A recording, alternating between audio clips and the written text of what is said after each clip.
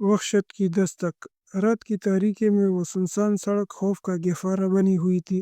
ہوا میں سسکیاں تھی، درختوں کے پتے کسی راز کی سرگوشیاں کر رہے تھے اور اسٹریٹ لائٹ مدھم روشنی میں لرزتے ہوئے معلوم ہو رہی تھی۔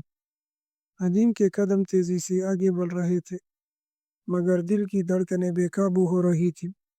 وہ دیر تک اپنے دوستوں کے گھر میں بیٹھا رہا تھا، اور اب آدھی رات کو اکیلے واپس جانا کسی بھیانک خواب سے کم نہ تھا۔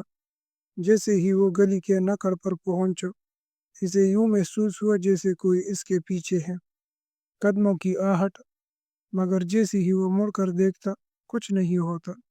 یہ میرا وہم ہوگا، اس نے خود کو سمجھانے کی کوشش کی اور قدم اور تیز کر دیے۔ لیکن وہم کے بادل ابھی چھٹے نہیں تھے۔ اچانک ایک عجیب سا قہقہا سنائی دیا، ایک ایسی ہنسی جو دل کی دھڑکن کو منجمد کر دے۔ ندیم کا سانس حلق میں اٹک گیا اور ادھر ادھر دیکھنے لگا، مگر وہاں سوائے اندھیرے کے کچھ نہ تھا۔ کون ہے؟ اس نے کانپتی آواز میں پوچھا، مگر جواب میں صرف ہوا کی سنسناہٹ تھی۔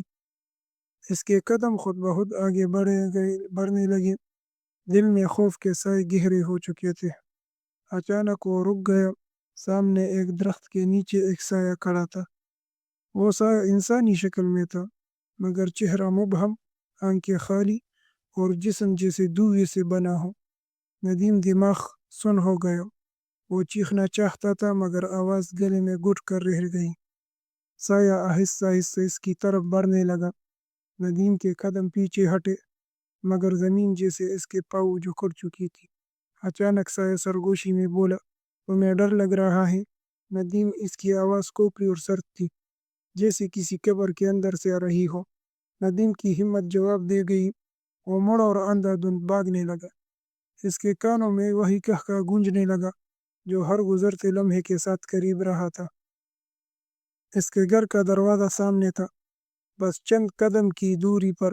وہ پوری طاقت لگا کر بھاگا اور دروازہ دھڑام سے بند کر دیا۔ سانس پھول چکی تھی، بدن پسینے سے شرابور تھا۔ وہ کانپتے ہاتھوں سے دروازے کی چٹخنی چڑھا کر پیچھے ہٹنے لگا، مگر پھر اچانک ایک برفیلی لمس نے اس کی گردن کو چھو لیا۔ ندیم کا دل دھڑکنا بھول گیا۔ اس نے آہستہ آہستہ گردن گھمائی، اور جو کچھ اس نے دیکھا، اس کی آنکھیں خوف سے باہر آ جانے کو تھی۔ وہی سایہ اس کے پیچھے کھڑا تھا۔ اگر کہانی اچھی لگی تو ویڈیو کو شیئر کرو اور چینل کو سبسکرائب کریں۔